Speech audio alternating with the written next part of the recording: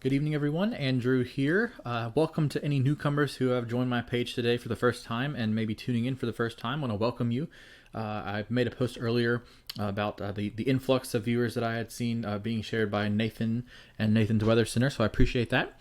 I wanted to do another evening update on Hurricane Dorian. It is still just spinning out east of Central Florida now, and I wanted to most of you are mostly concerned about the impacts here in North Carolina, and we're going to hop into that in just a moment.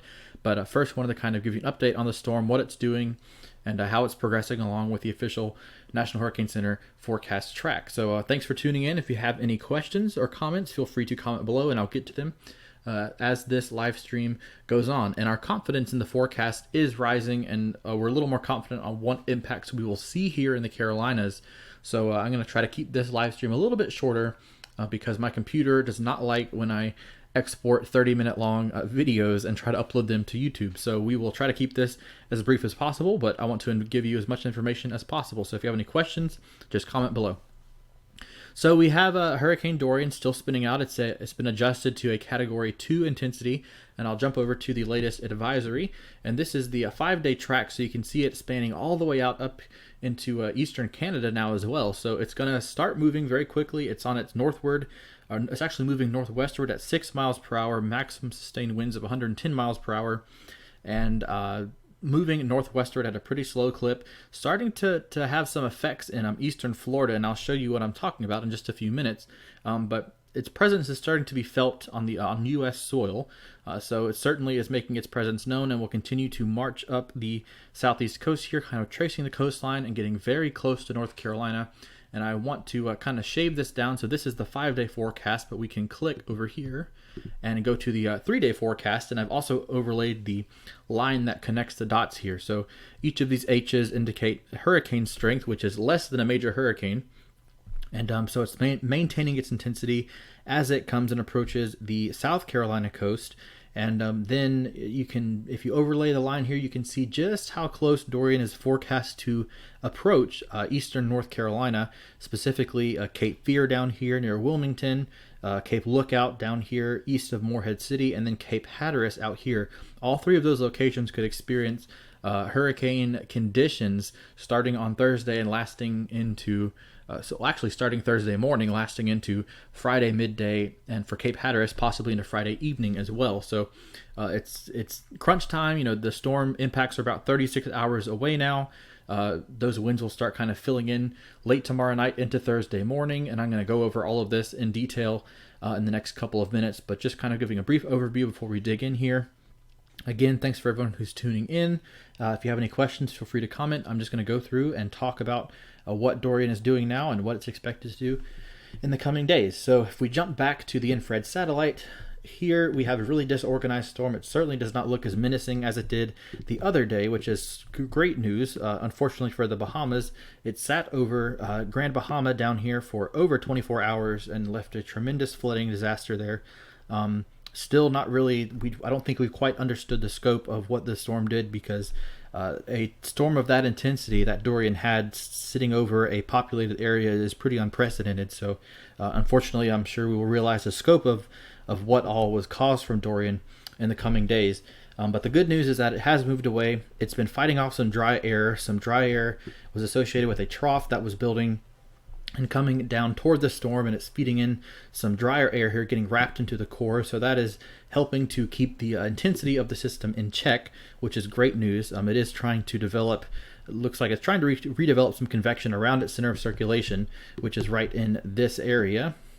And you see this is kind of like an eye-like feature. It's not exactly the eye of the storm. Some dry air has kind of disrupted the core. So the eye is not actually that large. It looks like that.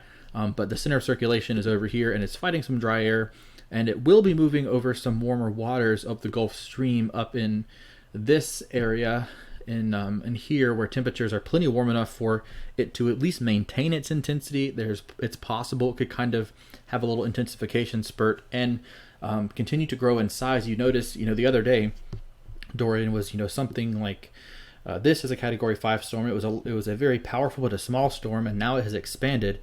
And hurricane force winds extend out in this range, and tropical storm force winds extend up to 175 miles away from the center of circulation. So even out to the Florida coast, like I was mentioning, is feeling those tropical storm force winds in this zone here. So it's beginning to be felt in the U.S. southeast. So that's certainly something that was forecast, and it's going to continue to scrape along the Florida coast here as it continues to move off to the northwest before shifting back this way and kind of cutting parallel to the southeast coast. So we will see what Dorian does overnight. It looks like it's trying to get its act together once again, and we can see that on radar as well.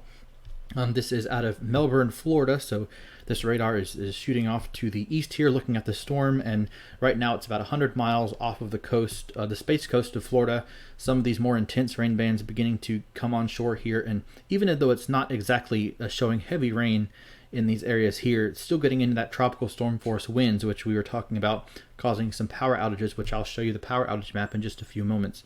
But here's, the meat and potatoes of the storm, still some dry air being, fed into here. So we'll see how it maintains itself over the next few days.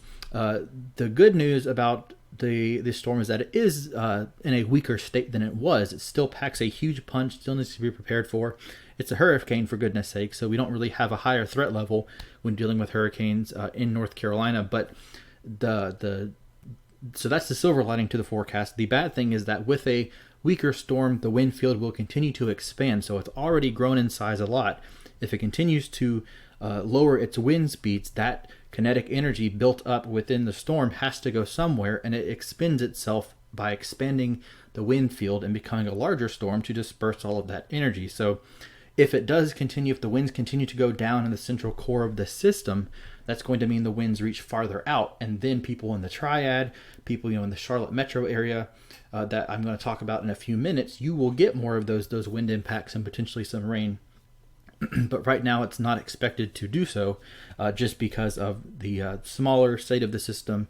And if it continues at this size all the way up to the Carolinas, Charlotte and Triad areas will not really get much of any impacts from Dorian. Lisa says, has the National Hurricane Center moved their track to the west in the latest update? Yeah, so models have been coming in a little bit farther west today. I don't think they've adjusted it. They may adjust it a little bit later tonight or tomorrow. Just with the storm continuing on its northwest trend, the real question is, when does it begin to turn more north of west? So as it moves up, in this general direction, at what point does it start to... So it looks like it's moving in this general direction in the northwest at 6 miles per hour.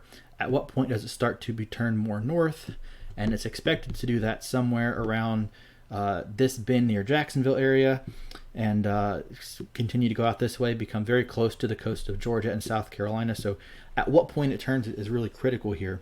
Teresa says, hope Jacksonville and Daytona Beach doggies are all okay. I think they will be just fine. Some winds are whipping down here, but it looks like the worst of the system will stay offshore of Daytona Beach and also up in Jacksonville. Still something we have to monitor. All of Florida is outside of the immediate cone, forecast cone from the Hurricane Center, so hopefully it stays that way, but they still may get some of this residual wind on the west side of the system as the night continues to go on and into tomorrow. It is expected to pick up in its forward speed, I should say, so it's going to continue to accelerate, and it will be in the Carolinas by Thursday. It will be our worst weather day up here. So moving on from kind of this current state of the system, if we look at the current watches and warnings that are up, so the system is down here. If I drag this down here, here's the current wind field. You can see a pretty expansive area feeling those tropical storm force winds. Again, starting to creep onto Florida. All of these boxes and polygons you see colored are tropical warnings or alerts, and we're going to walk through them here in North Carolina specifically. This peach kind of salmon color is a tropical storm watch, so that advances all the way inland to the Raleigh area and points south and east until you get to this hurricane watch, which is in effect.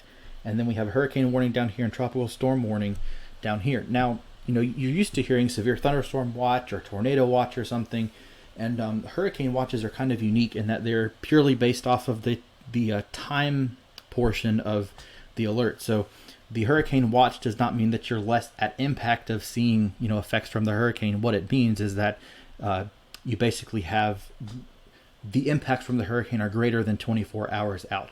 That is upgraded to a warning when the impacts are within the 24-hour window up to that time. So where there's areas where a warning, so from Wilmington point south, from Lumberton points south, for Lumberton, tropical storm warning, tropical storm conditions are expected within 24 hours from this time, and then hurricane warning, hurricane conditions are expected in Wilmington within 24 hours of this time tonight. For people in central North Carolina and in eastern North Carolina, your phone may go off in the middle of the night or early tomorrow morning, upgrading that watch to a warning, which just simply means it doesn't change the alert or the status of the impacts you can expect. It just purely means that, okay, we're within the 24-hour zone of when the impacts will be felt. So these are very time-based warnings, and they're meant to kind of keep track of how much longer you have to prepare before it's the 0 hour and it's time to hunker down and wait for the worst of the weather to go. With all that being said, if you live west and north of Interstate 85, which goes through Charlotte here and kind of goes in this general direction, if you live west of Interstate 85, I really think your impacts are going to be very limited from Dorian. I don't think the system will be expansive enough or intense enough to produce heavy rains up in this area unless it takes a last minute jog inland, which is not expected. I think you're going to be exempt from the worst of the storm.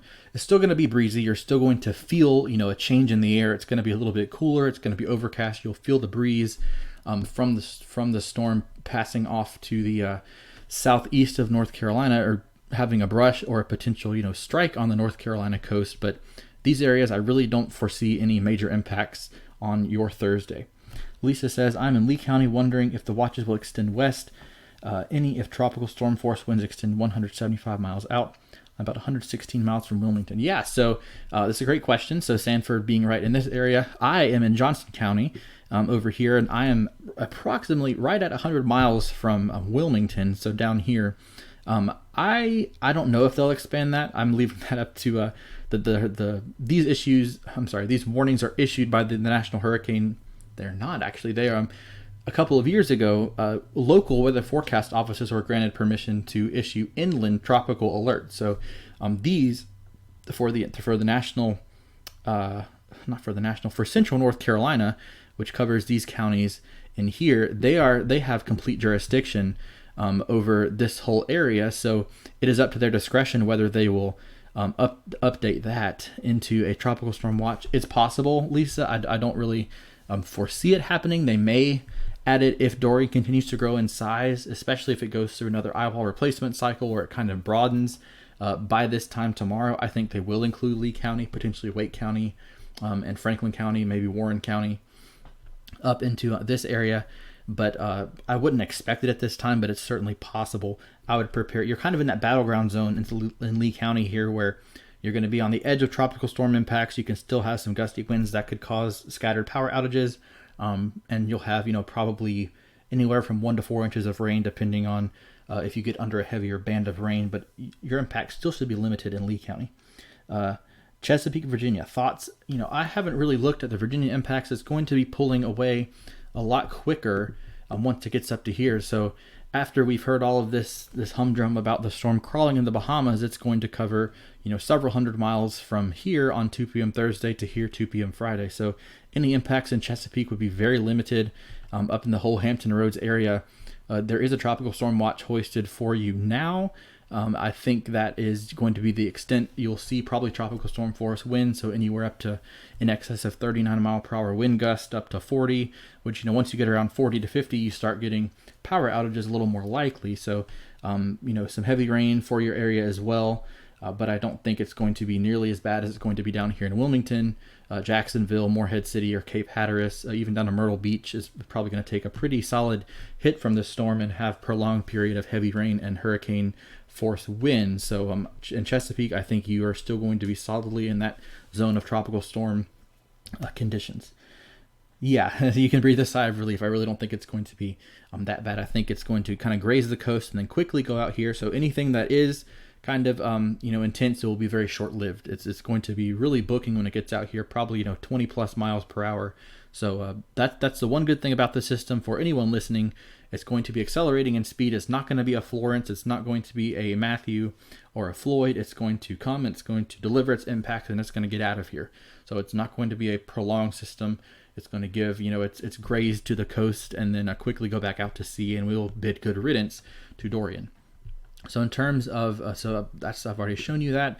In terms of the earliest reasonable arrival for the tropical storm force winds, we're looking at, between tomorrow night and Thursday would be when those winds start to arrive and set in. So any preparations, if you're securing loose lawn furniture outside, if you're, cranking up your generator to warm it up for, the potential of losing power, if you're doing anything outside, you want to have that done by tomorrow at nightfall. So tomorrow at sunset is going to be your cutoff to make sure you have all preparations done. If you are in a flood prone area and you're taking photos of your home or property or whatever, make sure all that's done by tomorrow evening, because that's when the tropical storm force winds will start to settle in and make things a little more difficult outside and really dangerous. If you're outside trying to make preparations and the winds are blowing 30, 40 miles per hour, branches could fall, weak trees could still snap. So you want to make sure you're inside by tomorrow at nightfall to make sure that you are safe from any of the impacts. And then when you come in tomorrow, after your preparations are completed, or last minute preparations, we should all have been undergoing some preparations now, especially if you live east of Interstate 95, for the arrival of these, gusty winds and heavier rain. So, once you come in tomorrow night, be prepared to hunker down for Thursday. Thursday will be the worst weather day. Anywhere in this zone here, Thursday is going to be your worst weather day in terms of not being able to really do anything. If you have any appointments scheduled, if you have any plans, you might as well cancel them now, because it's just going to be a nasty day to be outside. If you must travel, if your work requires you to travel, it'll be possible, but it'll be very uncomfortable and very difficult to do so, especially down here at the coast. It's going to be pretty rough, I think, down here in Wilmington and Morehead City. I think they're going to have some prolonged periods of, hurricane conditions. Is going to make things very bad down there as Dorian continues to kind of go back out to sea. So Thursday is going to be our day to stay inside here in North Carolina. And looking at the overall rainfall forecast, this is a bit of a challenge, because something new that is coming into forecast is the National Weather Service in Raleigh had mentioned in some of their forecast discussions, there's going to be some features in the upper atmosphere that will be, interacting here. And this doesn't really represent anything in particular. I'm just kind of drawing something, but there's going to be features in the upper atmosphere that kind of influence and might work in tandem with the hurricane as it's coming and approaching us to kind of enhance rainfall across the region. So this current rainfall forecast has this tight gradient of, anywhere from 10 inches of rain down to, nothing virtually west of the US 1 corridor. So I know that one viewer, I think that was Lisa down in Sanford, kind of in this battleground zone where you might get, a couple of rain showers, you might get 2 inches of rain and, gusty winds. I think that maybe change a little bit, because there's going to be some features in the upper atmosphere that may enhance rainfall and give, this whole area maybe a little bit more rain. So that's something we have to watch. This time tomorrow, that will become much more clear. And if Dorian maintains its current strength and continues to move up along the coast and continues to grow in size and strength, these rain forecasts might be appended a little bit. But the good news is that the silver lining to this forecast is we are not pre-saturated or soaked like we were with Florence or Matthew. The ground is not saturated. It's not, soggy already. We haven't had a ton of rain beforehand and leading up to this storm. So inland flooding is really not looking like the big issue here. I think what's more of a concern would be the storm surge flooding and coastal flooding down here in southeastern North Carolina and the down east region, even up to the Outer Banks. North Carolina Highway 12 runs all up and down the Outer Banks. I think flooding from that's going to be much more significant. But inland flooding I don't think is going to be a big problem, but still something we have to watch, because the coastal plain of the state is very susceptible to things like that. Scott asks, Thursday is a bad weather day in NC. Will that extend as far west as the Triad? The Triad is in a position here that I really don't foresee that. I'm going to jump over back to this map here. If we zoom in, these watches extend there. So the National Weather Service in Raleigh has their zone of responsibility that they forecast for, and that generally goes something like this. So they are the professional meteorologists that are kind of assigned to our region here in Raleigh, and they issue these tropical storm watches here. So they have the jurisdiction to do that for our area. The Triad is included in that area. So Winston-Salem, Greensboro, and High Point, the Triad. And for reference, here's the triangle, Raleigh, Durham, Chapel Hill. That's supposed to be a triangle there. They have issued these, and they kind of put that as the outer limit of the main impacts from the storm. So they are thinking, anywhere west of Durham, west of Siler City in this area, so west of Southern Pines and Pinehurst, west of Rockingham. They really are not seeing a reason to issue anything to prepare you for that. So I think you'll have overcast skies. You may have some passing rain showers. You'll have some breezy conditions up to 20 miles per hour, like a windy fall day. But as far as heavy rain or any kind of tropical storm force impacts, I really do not foresee that happening in the triad. So I don't think that will extend as far west as the triad. No, I think the cutoff will be right along this US 1 corridor, which kind of cuts through Sanford up through Raleigh and up through Warrenton and Franklinton up in here, even down to South Carolina. I think if you're west of this red line, I really don't think Thursday is going to be that bad. It'll be the dreariest weather day of the week, but it won't be an impactful day. It won't stop you from having any plans. So when I was referring to the plan canceling and appointment canceling, that's pretty much east of this line. Will be kind of a icky weather day to be outside. But Scott, I don't think the triad is going to have very many impacts from this storm. So with that being said, I want to jump back over to the coast, and this is the Coastal Emergency Risks Assessment, and this basically shows storm surge flooding. So I was talking about the inland flooding and how that looks to be limited from this storm, but the coastal flooding is becoming more of a concern, because I will draw my schematic here like I have the past couple of evenings. If you have your tropical system, and let's pretend this is Dorian. Don't take the location to be exact. I'm just showing you this information here. And the coastline is here. The rotation around the storm is this way. So it's going to be pushing water up against the coastline as it moves up. So if the storm does approach very close to the South Carolina coast in here, it's going to be pushing water ahead of it up against the coastline. And then once the storm passes, it will be evacuating water from the coastline afterwards. So you get something called beach erosion, where you have a lot of storm surge, which is literally just when the ocean is kind of pushed onto the shore. And depending on tide cycles, it can also kind of exacerbate that issue and make it worse. So there could be some significant beach erosion from those areas northward. If I take the marker off and scroll up here to include North Carolina, these areas you see highlighted in the warm colors are indicating where the storm surge could be worse. And this is a joint project from LSU, Homeland Security, University of North Carolina, Chapel Hill. So this is kind of a model that they've created to show that. And these areas in here, so in the Pamlico Sound and down here north of Charleston, between Charleston and Myrtle Beach, could have some significant storm surge flooding, especially with a bigger storm. Hurricanes do not have to be intense to push a lot of water up against the coast. So Dorian is expected to be Category 2 during this whole time. It's between this point and actually from now until it passes over Cape Hatteras. It is forecast to maintain its intensity as a Category 2. Don't let that fool you. A Category 2 storm, especially a large storm like Dorian, still has tons of capability to be able to cause a coastal flooding, nightmare for really susceptible areas like the Barrier Islands down here. Topsail Beach comes to mind, Emerald Isle, the Crystal Coast, Myrtle Beach, Barrier Islands, Charleston's very flood prone, even Savannah, Georgia is under storm surge warnings, and all of these are reflected in the warnings by the Weather Service. I didn't go through them on this other page here, but there are hidden warnings here that are kind of underneath that layer that indicate the storm surge being a significant threat down here. So it's kind of the triple threat of the heavy rains inland, the hurricane force winds at the coast, tropical storm force winds, further inland in this area, hurricane force winds being, in this area along the coast, and then the storm surge being the coastal issue only. You're not going to have storm surge inland.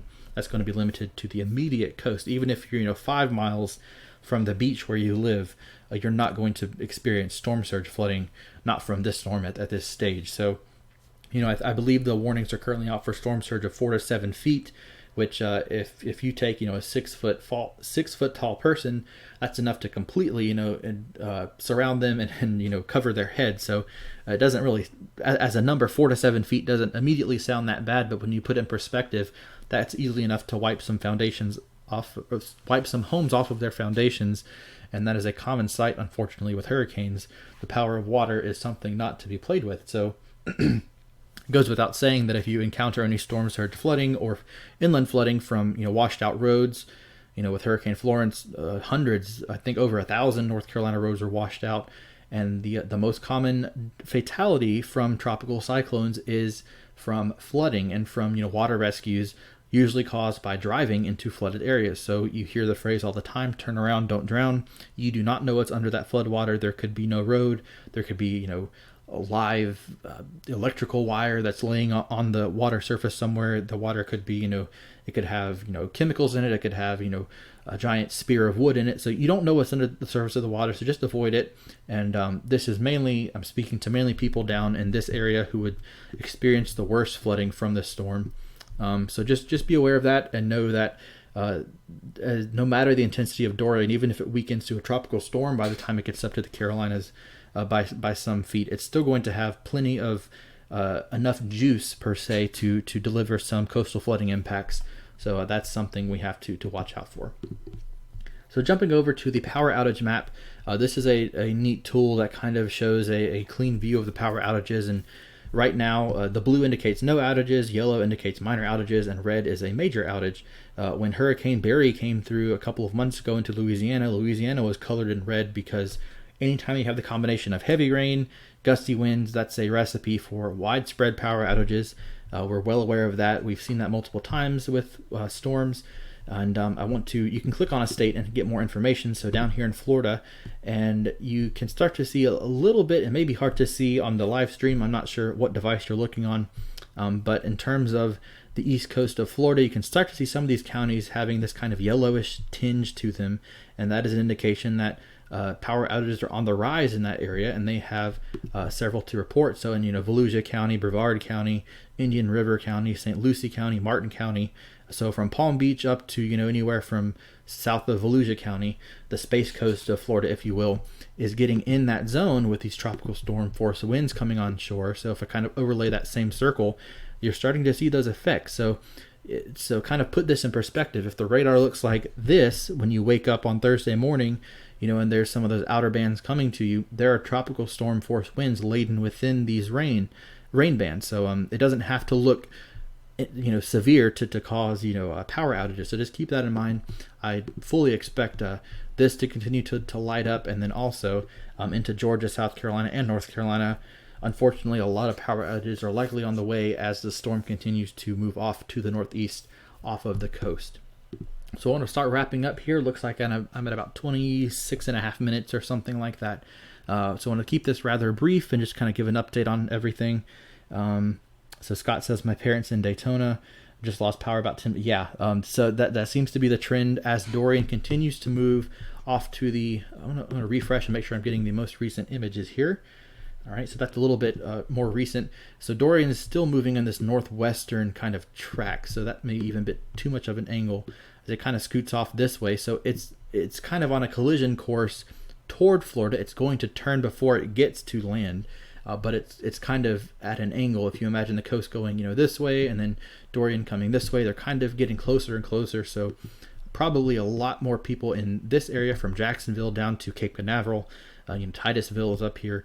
I think that's going to, power outages are likely to increase down there. But you said Volusia County, so somewhere in here still having those power outages will continue because within these rain bands, this isn't just your average rain. This is rain that's coming off from the Atlantic Ocean. There's a lot of moisture packed in that, and a very heavy rain with tropical storm force winds. The combination of that makes for very easy for power lines to snap and power poles to fall, and can even indirectly cause traffic incident, which can hit a power pole, which can knock power out.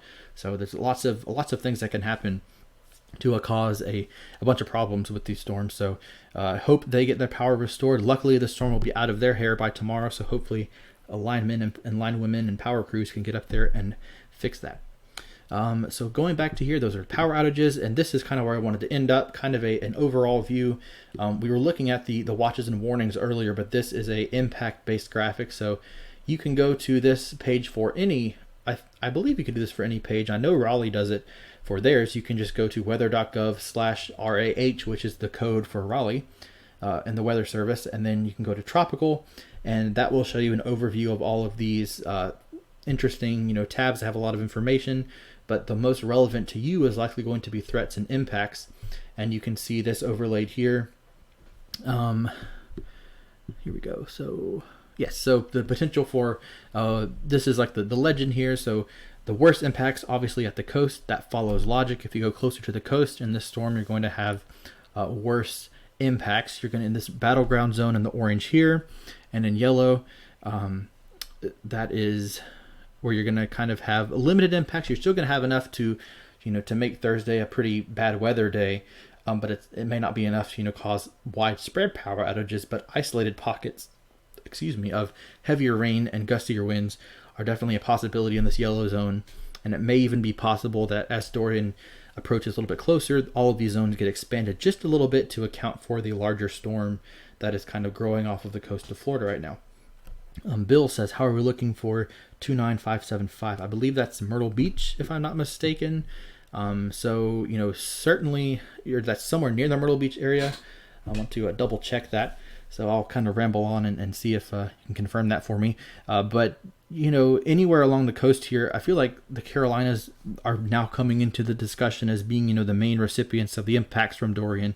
It looked like Florida was going to get hit. Then it looked like it was going to, graze the coast. It looked like it was going to go out to sea. But now the Carolinas are kind of in the crosshairs of Dorian as it continues to move north. So anywhere in here, inland up to, 25 miles or so, 30 miles inland, is going to receive that, punch of the 1-2 punch of hurricane force winds and torrential rain. So certainly for that area, I would expect, widespread power outages down here in Myrtle Beach.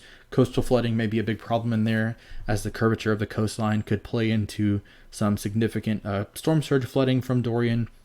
It just looks like another headache of a storm.